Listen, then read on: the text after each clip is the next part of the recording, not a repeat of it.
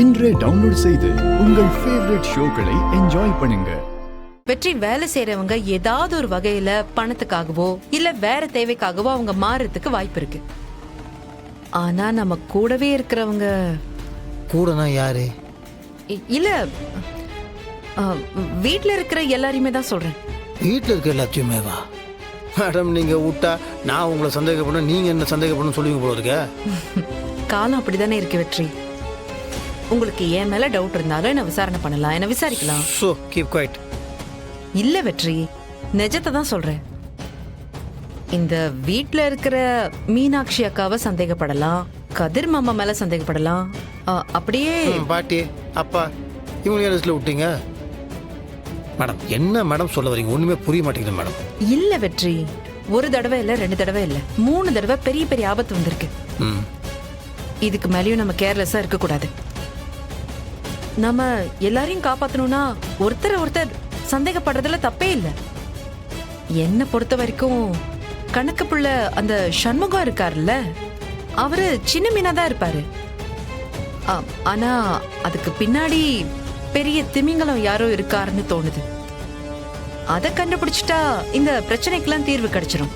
சரி மேடம், திமிங்கலம் உண்மையை சொல்லணும், எவிடன்ஸ் வேணும், இல்லைனா எப்படி மேடம்? இப்போ சண்முக மாமா பாருங்க, இவ்வளோ நடந்ததுக்கப்புறம் எனக்கு மரியாதை போக மாட்டேங்குது. அவர் மாட்டினதுக்கப்புறம் உண்மையை சொல்லிட்டாரு, எவிடன்ஸ் இருந்துச்சு, நிரூபிக்க முடிஞ்சுது.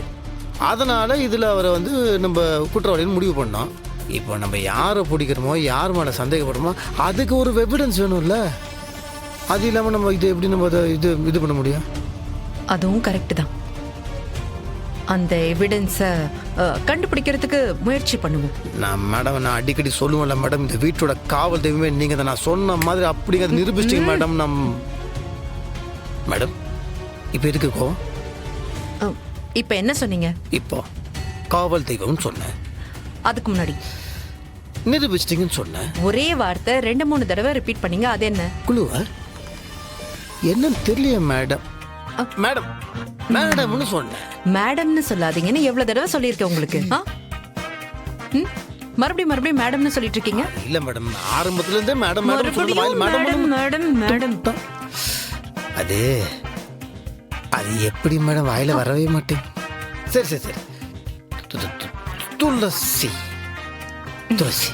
இது பாருங்க வெற்றி, நீங்க மேடம்னு கூப்பிடும்போது நமக்குள்ள இருக்கிற இந்த உறவுல ஒரு கேப் வர மாதிரி இருக்கு. ஆமா, ஆனா அதுவே நீங்க துளசின்னு கூப்பிடும்போது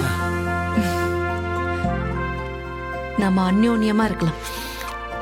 கரெக்ட் மேடம், கரெக்ட் துளசி, கரெக்ட் துளசி, கரெக்ட் துளசி. துளசி, நம்ம என்ன பண்றோம்? அந்த திமிங்கலத்தை ஒன்னா சேர்ந்து லமக்குன்னு பிடிக்கிறோம். கண்டுபிடிக்கலாம். ஆமா மேம் துளசி.